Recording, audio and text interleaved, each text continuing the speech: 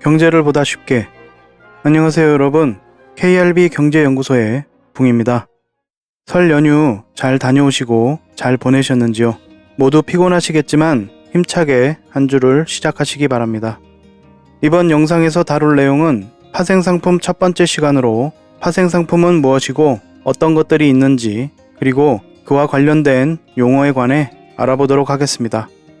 끝까지 시청해 주시기를 바라며 바로 시작하겠습니다. 제19강 파생상품 첫 번째. 지난 영상에서 파생상품 중 옵션에 대해 간략하게 알아보면서 파생상품에는 대표적으로 선물, 수합, 옵션이 있다고 했었는데요. 선물, 수합, 옵션을 한눈에 볼 수 있도록 만든 표를 참고하시고, 선물은 크게 금융선물과 상품선물로 나눌 수 있겠고, 옵션은 콜옵션과 풋옵션, 수합은 외환수합, 금리수합, 통화수합 정도로 나누어 볼 수 있겠습니다.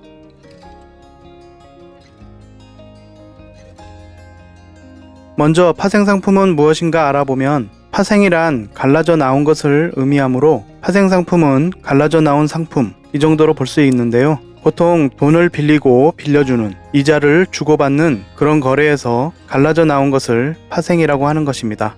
금융상품이란 돈을 거래하기 위해 만들어낸 상품으로 방금 이야기했던 것처럼 돈을 빌리고 빌려주면서 이자를 주고받는 것이 금융상품이고, 대부분이 돈을 빌리고 고마운 마음에 이자를 주는 예금, 적금도 다 금융상품이겠습니다. 이 금융상품에서 갈라져 나온 상품이 바로 파생상품입니다. 일반적으로 상품은 물건을 받고 그 자리에서 돈을 주는 거래 방식이지만, 파생상품은 물건이 아닌 이 물건에 가치 변동을 두고 거래를 만드는 것입니다. 이게 무슨 말이냐 하면, 주식, 채권, 농산물, 원자재 등의 실물 자산의 가격은 물론이고 실물 자산의 가치 변동, 변동 과정까지도 파생상품이 될 수 있고, 주가지수는 물론이고 날씨, 심지어 지진의 발생, 화산의 폭발, 이런 것들도 파생상품이 될 수 있습니다. 금융상품과 파생상품의 가장 큰 차이점은 현물 거래만이 아닌 현물에 일어날 수 있는 모든 가능성, 그 자체를 거래하는 행위, 그것을 상품화하는 것이라고 할 수 있습니다. 이 파생상품은 그 위험도가 매우 높은 만큼 절대로 우습게 여기거나 쉽게 생각해서는 안 됩니다.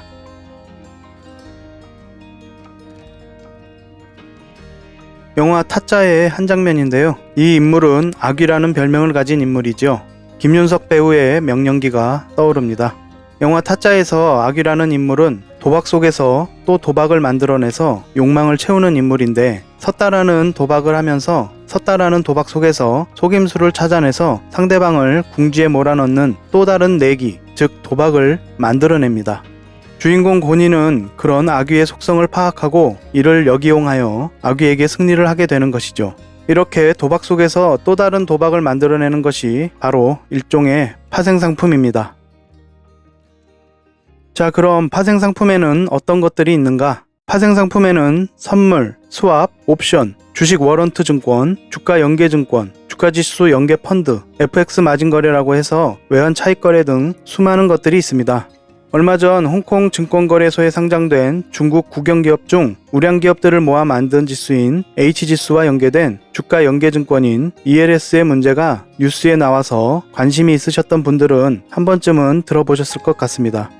홍콩 H지수를 기초자산으로 한 이 ELS는 지수가 폭락하면서 연계된 상품 가치가 폭락하여 큰 손실을 불러왔습니다. 그러면 주식, 채권, 보험 등을 사고 파는 것으로 무엇이 부족해서 파생상품이라는 것을 만들어서 거래하는가 하는 의문이 들 수밖에 없겠죠. 그것은 아마도 인간의 욕망 때문이 아닐까 하는 개인적인 생각을 해봅니다. 지극히 개인적인 의견입니다. 투자 손실 위험, 즉 리스크를 피하기 위해서라는 그럴듯한 명분으로 파생상품을 만들어낸 것이지만, 그 속내는 사실 금융 마피아들만 아는 것이죠.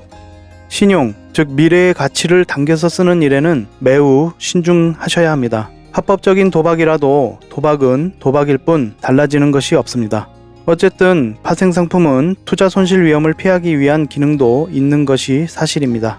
기초자산인 주식, 채권, 농산물, 원자재 등 실물 자산은 그 가치가 계속해서 변화하고 시세가 수시로 달라지므로 사들여서 가지고 있기만 해도 손실을 볼 수 있는 것이죠. 시세가 오르면 이익이고 시세가 내리면 손실입니다. 하지만 파생상품은 이런 상황에서 시세가 내려도 이익을 볼 수 있습니다. 예를 들어 N사의 주식을 사면서 주식 파생상품은 미래에 N사의 주가가 내려간다는 데 건 상품을 샀다고 가정합시다.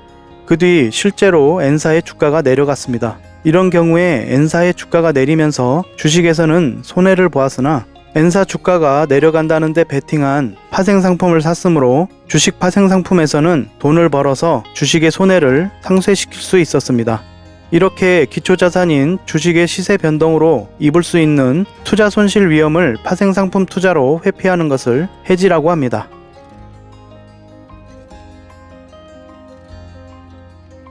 그러면 해지, 즉 위험 분산이란 정확히 무엇인가?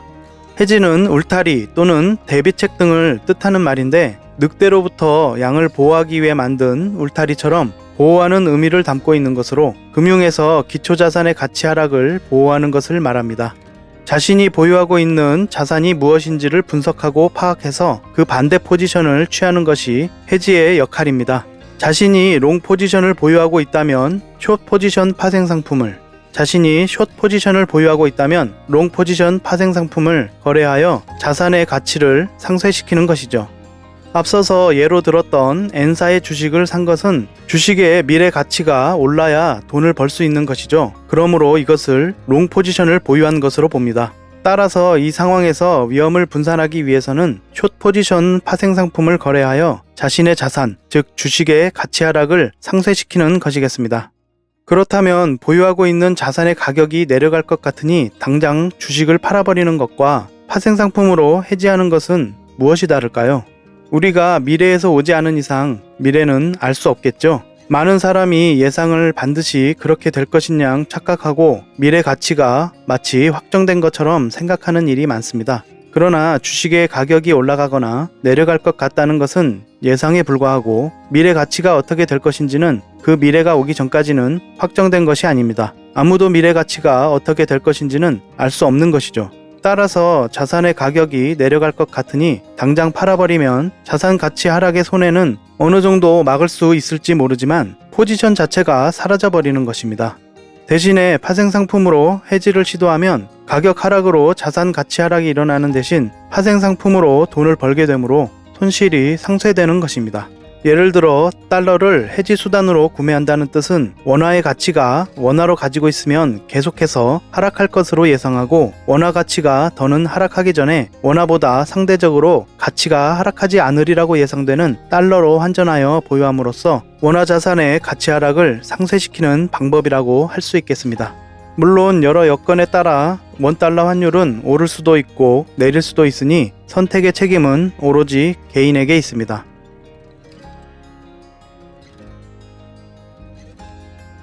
다음은 롱 포지션과 숏 포지션에 대해 알아보겠습니다. 금융에서의 롱과 숏은 길고 짧다가 아닌 매수와 매도의 뜻으로 쓰입니다. 매입 매수는 사는 것을 뜻하고 매도는 파는 것을 뜻합니다. 주식의 매입 매수는 주식을 사들이는 것이고 매도는 주식을 파는 것이죠. 즉 롱 포지션이란 매수 포지션으로 주식으로 말하면 지수가 오를 것 같다는 것에 베팅하는 것입니다. 기본적으로 주식을 산다는 것은 미래에 주식의 가치가 오를 것을 염두에 두고 사는 것이므로 이것이 롱 포지션입니다. 숏 포지션이란 매도 포지션으로 주식으로 말하면 지수가 내릴 것 같다는 것에 베팅하는 것입니다. 매수 포지션은 가치가 상승할 때 이익을 내는 투자 방법이고 매도 포지션은 가치가 하락할 때 팔아서 이익을 내는 투자 방법을 의미하는 것이죠.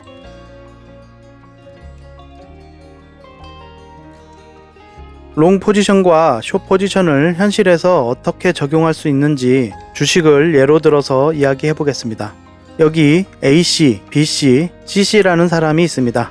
A씨는 M사에 신제품이 나왔다는 소식을 듣고 신제품을 먹어보고는 무릎을 탁 쳤습니다. M사의 주가가 앞으로 오를 것으로 예상하고 한 주에 100달러인 M사 주식을 1만 달러어치를 매수하고 이어서 원래 M사의 대표이사로 있던 사람을 T사에서 스카우트하였는데 이 사람은 평상시 마이너스의 손이라는 별명이 있었던 사람으로 능력은 없고 방만한 경영으로 소문이 자자한 사람이었으므로 이 정보를 판단하여 한 주에 100달러인 T사의 주식 1만 달러어치를 빌려서 공매도 하였습니다. A씨는 친구인 B씨에게도 이 좋은 정보를 공유하면서 롱 포지션 및 숏 포지션을 하라고 권유하였지만 친구 B씨는 M사의 주식만을 매수했고 친구 C씨에게도 권유하였지만 오히려 C씨는 T사의 장래가 밝다면서 M사의 주식은 매수하지 않고 T사의 주식만을 매수했습니다.